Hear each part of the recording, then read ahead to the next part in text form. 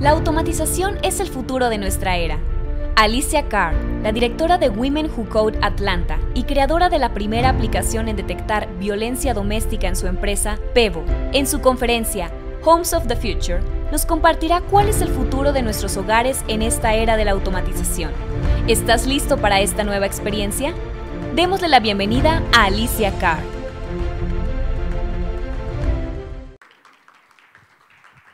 Hello, everyone. I'm sorry, I don't speak Spanish. I would love to have learned Spanish. I tried, but my life is too busy. But I am talking about the future of home automation. And what I'm talking about is what I have in my home. My husband is a fanatic. He's a geek and a nerd, and we decided to turn our home in automation, and now I can talk about it.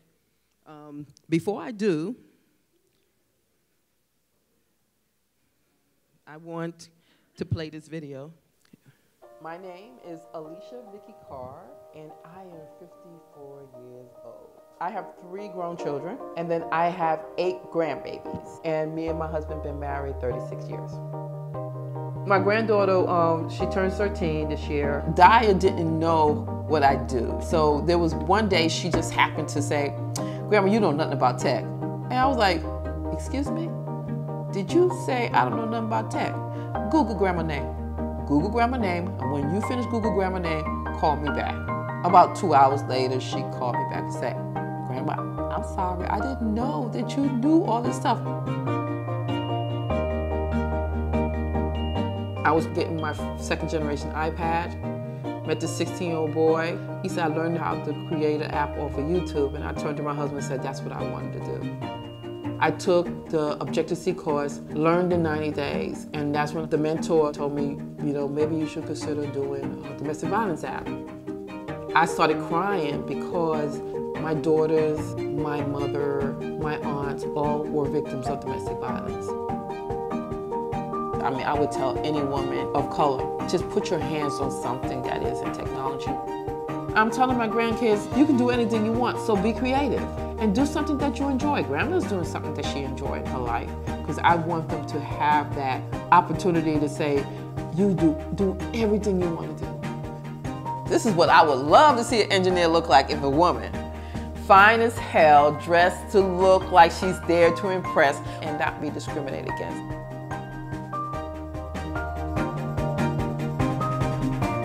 I am Alicia Carr. I am a grandmother, a mentor, a nerd, an activist. I am a developer.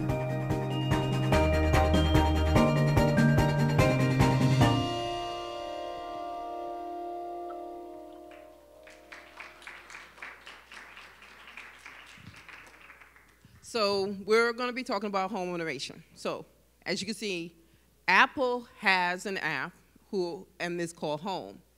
And basically, it connects up to the Apple TV, iPad, and your iPhone. It's an app.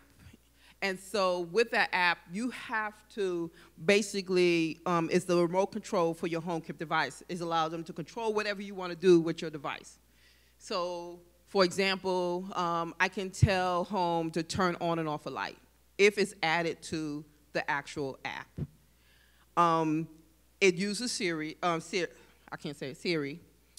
integration, and Apple Home is also available to control, you know, your HomeKit device. So with that, Apple then has HomeKit, and HomeKit is actually in Xcode. What is it? Xcode? It's in the actual Apple format.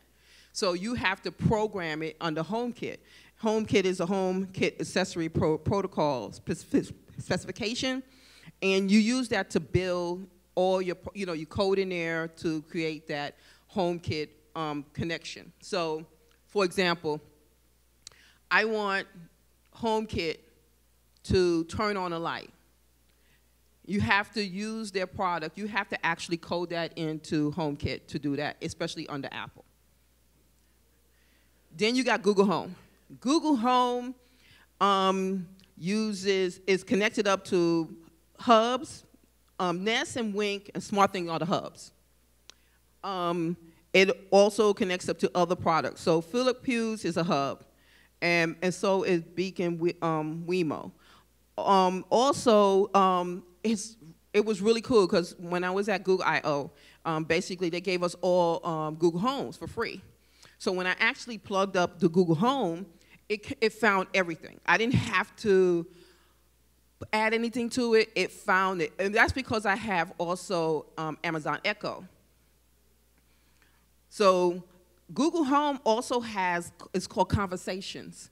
And so you can actually code and create actual triggers for your home device. So it also uses IFTTT. Apple doesn't use that. With this, you can also trigger like certain things. Like, for example, my husband triggers it with, not with Google Home, but with Amazon. He triggers like when we get home, like from a mile, the garage door, the lights, huge lights will come on and turn purple, saying, oh, you're home, you know. So that's his way of making triggers. So this is cool when you talk about home automation, is that you can make things happen, you know, when you're not there. Like if you say, if somebody rings the doorbell, you can say, with IFTTT or with any skills or programming coding with these voice assistant, you can say, if I'm not home, trigger something to come on when somebody comes to the door. So we use, I'll get to that, but then we go back. I'm going too far? There we go. There we go. Okay, Amazon Echo. Now, Amazon Echo created the standard. When it came out way before all this other stuff came out, and when people started to see how cool it was, Amazon basically just used it to sell their products. That's what they did. They was like, well, we'll get this voice activation, and people just buy products from us. But it became more than that. So when we set up the Amazon Echo, it was really cool. You know, it was like, you can have it play music, you can have it tell you the news, it'll tell you the weather. So, you know, that was the basic stuff. But then you got deep into it, then my husband's like, oh, we can do IFTTT. So he started adding like lights. It could turn on and off the lights. It could basically turn on a fan, you know.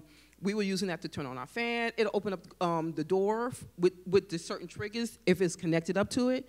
So it also, we had, the hubs are important. So Apple will not allow you to use a hub for their HomeKit. But Google Home, as well as Amazon, allows you to use your hub to connect up to all devices. So what I did was I got Wink. Wink hooked up to all my devices, and then with that, I hooked up my Amazon Echo and my Google Home with that. Why is it going before its time? Okay. Amazon Echo, please. I'm going the wrong way, am I? I'm sorry. So Alexa skills. I mean, this is awesome. They have like an app store for Alexas. And you can just go through it and figure things out. And you can create this stuff like really, really quick. Like one of my friends want to create a Alexa skills that said, he's not into me. You know, so you can add that to your Alexa.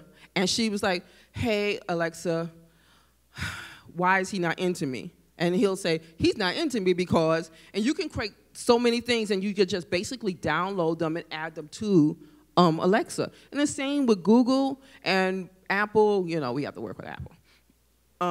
Also, Alexa just now added voice recognition. Before, it didn't add voice recognition. So my grandbabies will say, hey, Echo, and I was like, God damn it, if y'all asses don't stop doing this.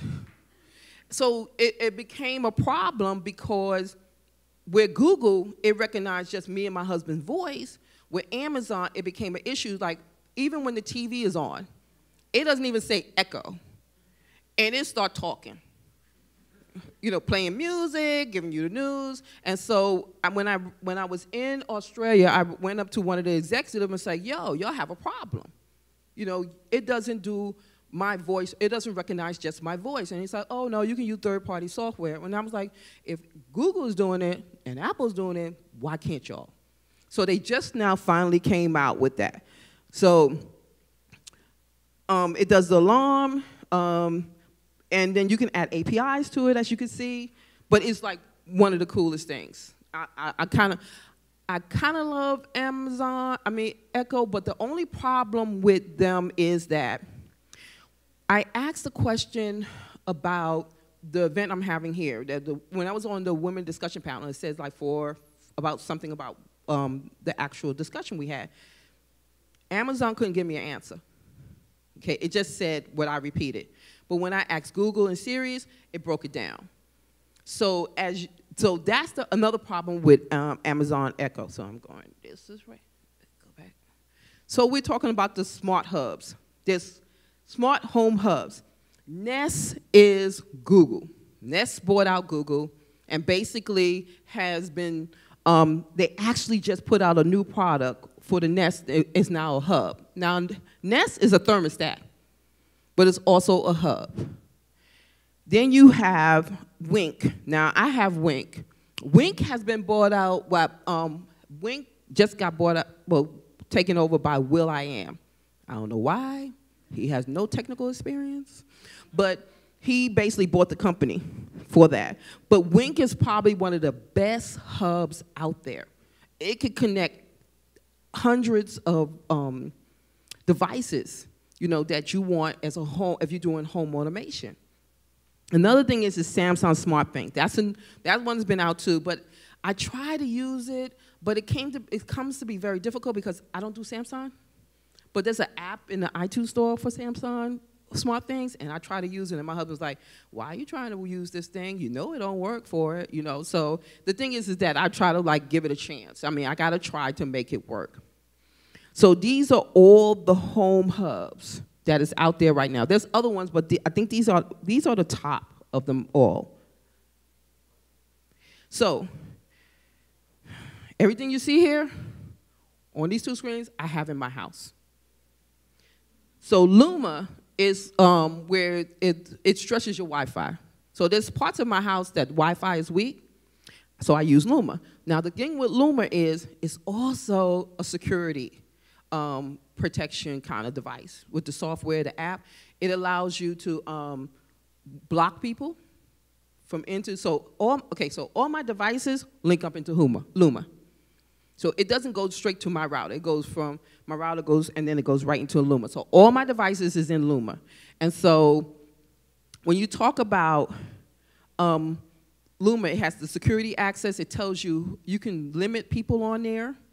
They decided to add a VPN, which they're charging for, which I'm like, I don't know why. I'm not going to pay for it. I have my own VPN. But people want that. It tells me, it gives me, I can give people permission to come on my network. It gives me a notification and say, oh, this person is added to your network, and then I give them permission to come on that network.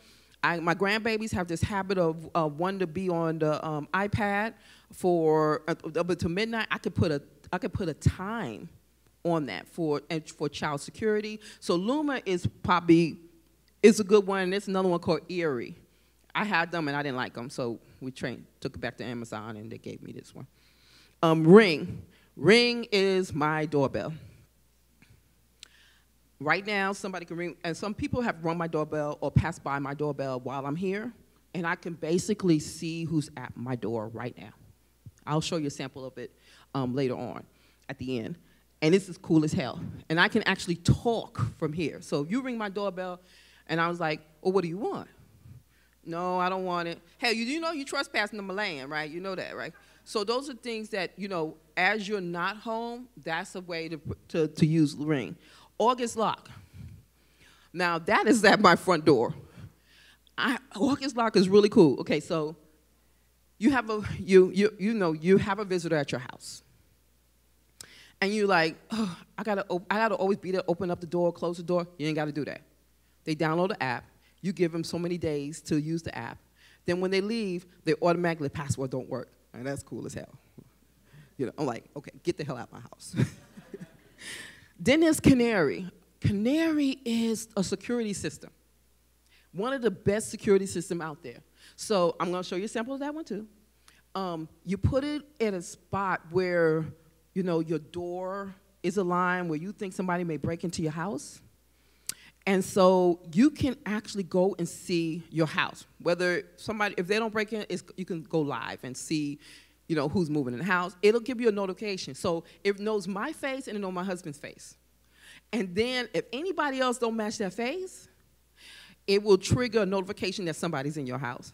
So the grandbabies be already triggering something in the house because we ain't add their faces to the darn app. So they always notification shows up. So when we leave home, it says no one is home. It knows that we're gone. So it learns your habits or know who you are. Then I have Echo Bee. Now, Echo Bee is a thermostat. It has 2 sensors, one inside, and then it has that little one on the side. It learns your habit in the home, so cold, hot, you know, in between. It learns your, you know, habit. It's awesome. So I know this time I'll be freezing cold, and I tell my husband, I say, I'm freezing cold.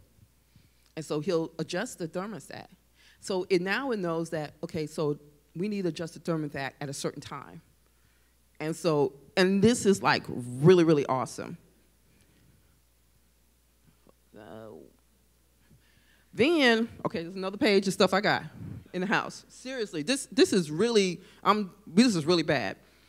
Wemo Smart Plug. You see that? This right here, that's a plug. So you can plug your coffee maker, you can plug your microwave. Oh my goodness. You can just, I mean, so I don't want to get, like, oh, my crock pot, you know, this is a woman thing. So I'm like, oh, I put everything in the crock pot, and then I go on to Wink and go into the plug, and I turn it on. And I can cook it from anywhere, which is goddamn cool as hell. And then I can turn it off at a certain time. And then if I really want to, I could set up a IFTTT, a trigger, to turn it on and off. But, you know, but for me, using it for like, for toaster oven, you know, for a conventional oven, for a microwave, for a coffee pot, this would be awesome. Wink Hub, I already told you about the Wink Hub. Philips Hue Light, the Philips huge light, smart light. Okay, so this bulb comes in a pack of 3. This is the colors it change it to. It can change it by the music, change it by your mood, you know, if you want to get a little sexy, you know. It does all that. It also, like I said, when my husband decided, like, he's like, we tried to use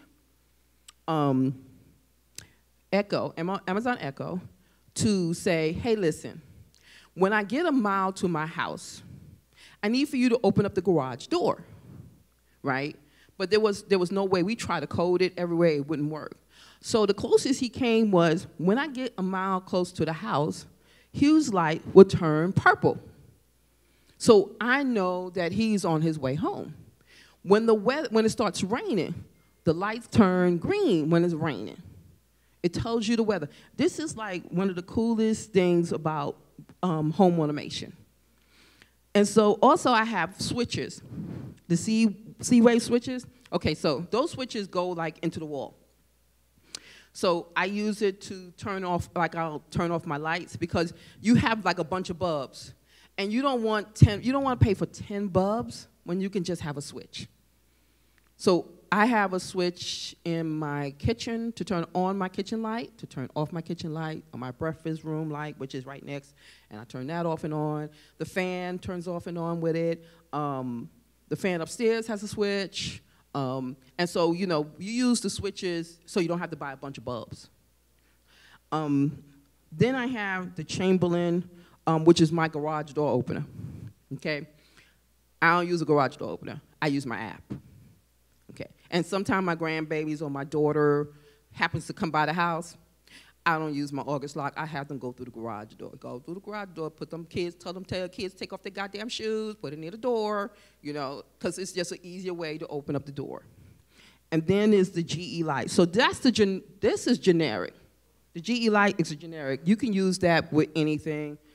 And if you have, like, for example, one lamp in your office, you can add that to it and don't have to worry about putting the switch in there, because often, you know, you turn on the light in the office occasionally, and I can tell Amazon or Google Home and say, hey, turn on office light. and it'll turn on off its light. So here's more things. This is more things to know, okay? Setup for the Wink was really easy. You know, it was really easy. You just go in there, you find the product, you add the product. It was really nice with the Wink. Security is very lax with these devices. So a lot of them don't have hubs. Hughes Light have its own hub, and you have to use that hub to use that light, but also you can add it to Google Home, and you can add it to Amazon.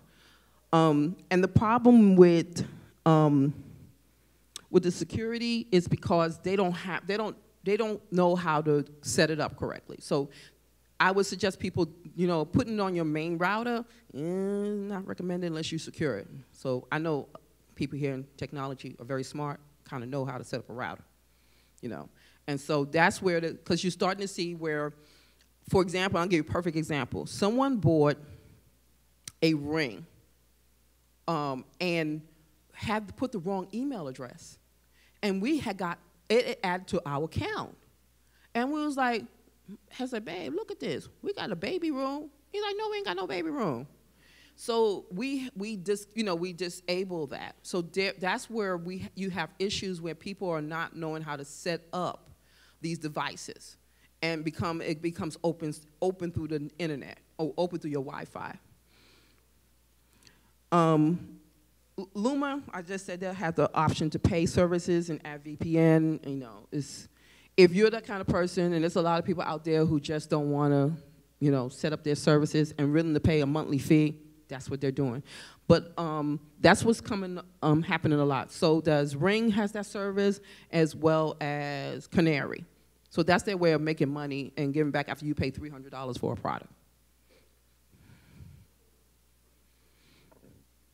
So with Wink, you can use the IFTTT, such as Apple triggers, such as bedtime, turn off lights upstairs.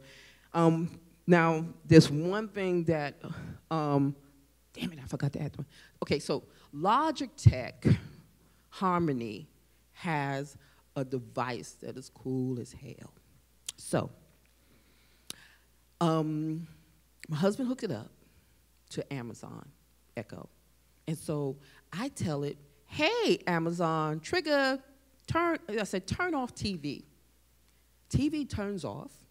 Hey, Echo, turn on Apple TV. It will turn on my Apple TV. I don't have to do, when we go to bed, we say, hey, trigger bedtime. It turns off everything. TV, all the lights downstairs, the hallway light, and then turn on all my lights. I have set it where it turns on my bathroom light, my sitting room lights, my upstairs fan, and have my lights in my bedroom at purple. So with this Logitech Harmony, if you're an electronic person and you love all the, like the TV, your stereo, Logitech Harmony is awesome when you want to trigger your system to work. It even will turn on your music if you program it with IFTTT. The Ring doorbell, I love that thing. That was like my favorite thing. So, for example, yesterday, somebody came ringing the doorbell or come by the doorbell. Come to find out, my son came over to my house yesterday, because he know I don't like him. So he came over while I wasn't there, which was cool. But I was able to see who was ringing the doorbell, because it said that somebody rang the doorbell, and it had saved that video where I saw him with the doorbell, and my husband opened up the door for him. So the Ring doorbell is awesome, and I actually installed it. So you have it where you can install it with a battery, or you can install it connecting up to your doorbell. Okay, so Google also has, they just came out with the Google Home Mini, and they just came out with the Google Home Max, where they just introduced, which is competing with Amazon, the Amazon Dot, and also Apple HomePod, as well as Amazon got their new speaker system as well. Then they got this ugly TV screen that looked like a darn, I don't know, it's awful. It's like the worst. Apple home devices require that you, Apple, for you to add any device, in Apple Home, you have to either scan the box or put in a code that's on the box, which is ridiculous. Before, they were requiring manufacturers who were making these devices to have chips put in it. That was stupid as hell as well. So Apple just did, at their conference I was at 2017, they decided to open up HomeKit. So the thing is that now, not only with the HomeKit with Apple, you can actually, if you're like a developer, you can actually create your own triggers to devices you already have. So my goal right now, since this is probably my last conference that I'm trapped, well, no, I got one more. But once this is all over, I'm going to sit down and try to see if I can get the garage door opener to open using Google Home. Well, not Google Home, Apple Home. Of course, Apple already introduced their HomePod. And, you know, the thing is, you can't use Wink or Nest with Apple. Those are hubs. So Microsoft Cortana and Amazon Alexis are working together now. And a lot of people didn't know that. Also, Microsoft is working with Harman Kardon, which is owned by Samsung. So they're all working together to make it work. So Harman has already created speakers for Amazon, which is the Harman Allure, and Google has theirs. There's 3 Link speakers with the voice assistant built in, and that's Link 10, 20, and the Link 300. So again, they're knowing that this is a market to grow in. Now the thing is who's going to be on the top. You know, the speaker thing is huge. You know, now they're trying to make the sound be good because they want you to use it as a personal speaker. But then again, I mean, I don't listen to my music on Amazon Echo. I listen to it, you know, through my TV, through Apple. So what's new with devices in the home automation? All right, so GE now is working on appliances, and so is Samsung. So if you're a person that, you know, I cook in the house, I need that refrigerator that says there's something missing in there to send me, okay, your husband just ate the last ice cream. These are where smart home devices are going. It's expensive, but I see the prices dropping. Like, for example, range and wall ovens, you can think about it. You put your food in the oven, you know, in the morning or the night before, and then right before you get home, you get it to start cooking for you, and it tells you, you know, and you put a timer on it. You could do this all from an app. This is all is going to happen in the future. You know, I mean, instead of, you know how the rich folks got everything built in, you don't need that no more. You know, you can actually, and I think I like it better where it's not built in. So if a device get old, like my Chamberlain is like 3 years old, 2 years old. So I want the new version of the Chamberlain device, because now it talks to home, it talks to Apple Home, it talks to Amazon Echo, and it talks to Google, and it does much more. So we're looking at a lot of these new things that's coming out. So I'm going to show you what my home automation is going to do for you. I'm going to show you that right now. Hold on a second. Can you see it? Yes. That's my front door. This is the ring. Okay, so just imagine if somebody was to bring my dog ring right now. I can see them. Anybody who drives by my house, it'll trigger that they drove by. Like the garbage people always drive by my house, it triggers it, you know, all the time. So this is what a ring looks like. This is what when somebody rings that doorbell, you can see them right there. Oh, I'm sorry. I'm a bad habit. Thank you, Pat. So this is awesome. So just imagine, I mean, this is like very quiet. Ain't nobody gonna rob me in my neighborhood, but, you know, I'm just a nosy person. So just imagine if you have an apartment, you know what I'm saying? And I don't know, we see, this happens a lot, like somebody leave a package there, and you see a lot of times they steal the package, you know. This is how they're catching people. Ring also have other devices, like they have one that you can put above like your garage door or a spotlight or something like that, and it'll trigger if anybody come by, it will give you show you that person. And there's one more. So this is Canary. And this is inside my house. Okay? So the light is so bright because that's a foyer, but the front door is there and my garage door is there. And so, which is so cool because if you pay for the product, you can actually talk. You know, I can talk and they can talk back. I ain't giving them money for that. That's not, you know, that's not gonna happen. So I want to show y'all something. So I want you to look. See where that the fan is? I'm gonna show y'all something real quick.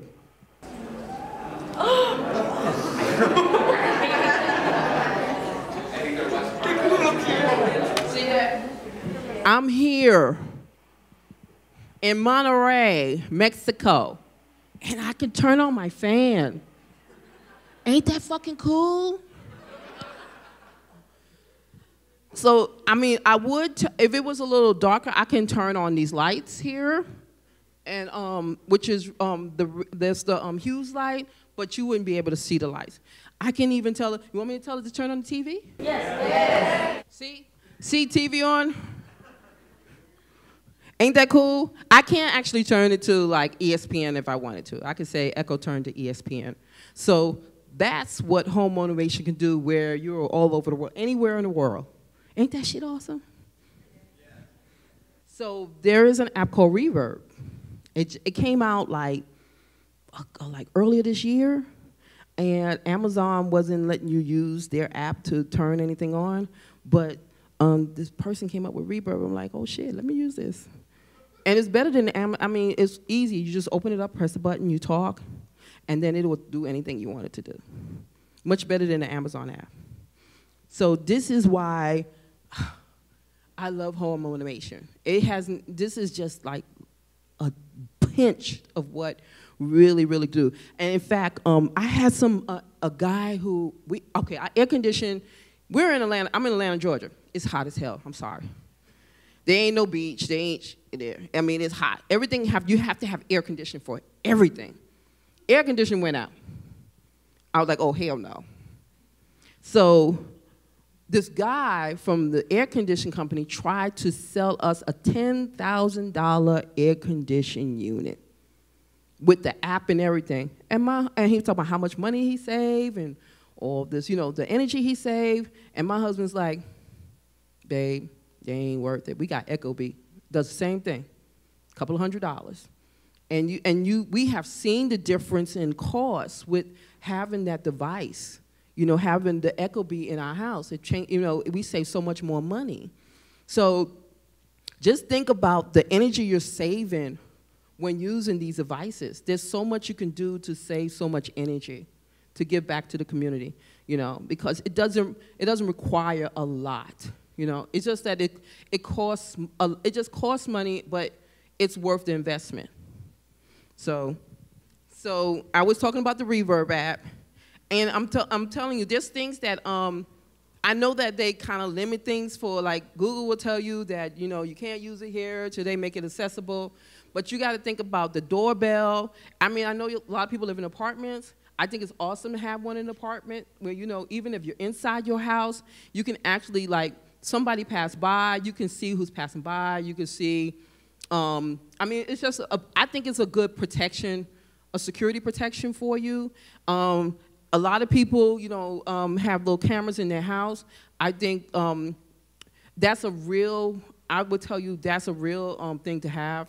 If, you know, again, if you're in an apartment, especially women, you know, for your safety. And so I believe that home automation is just the best thing for security purposes all the way around.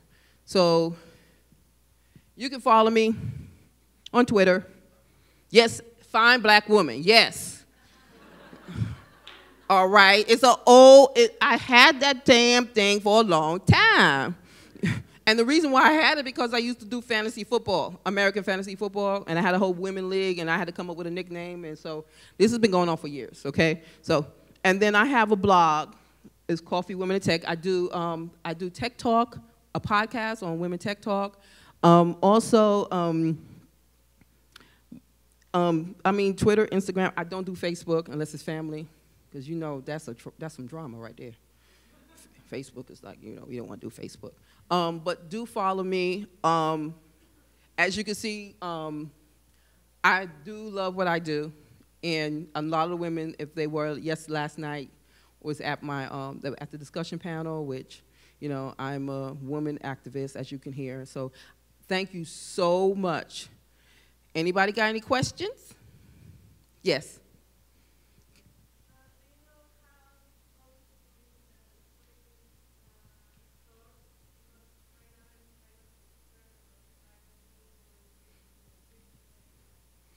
So, I was talking about the privacy before.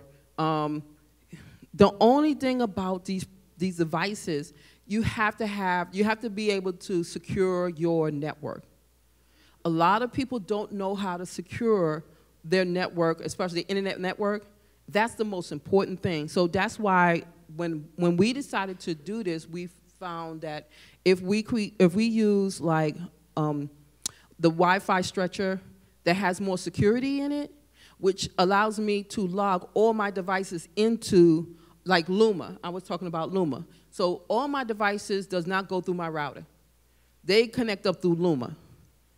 Okay, because that way I can like, I was able to add it. I can, you know, make sure I see it in there, and it's hard for somebody to get through that. Now, don't get me wrong, my Wi-Fi is kind of spotty, but if they all under one network, it works really good. So you have to secure your network, seriously. For that one person to not realize that they logged in their camera to the wrong email account, that's because they're not knowledgeable. And these devices, and I really think that when people buy these devices, there should be instruction specifically on how to set up your network. Because seriously, it is a serious issue when, and I mean, I hear too many stories. So yeah, I would tell you to secure, it don't have to be Luma, but if you secure your network with a proper password, making sure that anybody, you know, just not anybody can drive by and get access to it, yes, it'll work. So, I mean, this is so cool about just home automation. I mean, there's a good and bad with it, but again, we're open to this, and it's probably never gonna change. It's gonna get worse. We're giving all our information out there, so the only thing is that we pray that and hope that these companies doesn't actually allow law enforcement or anybody else get access to our data, or they're not selling it to companies, you know. So, okay, this is my whole presentation on home automation.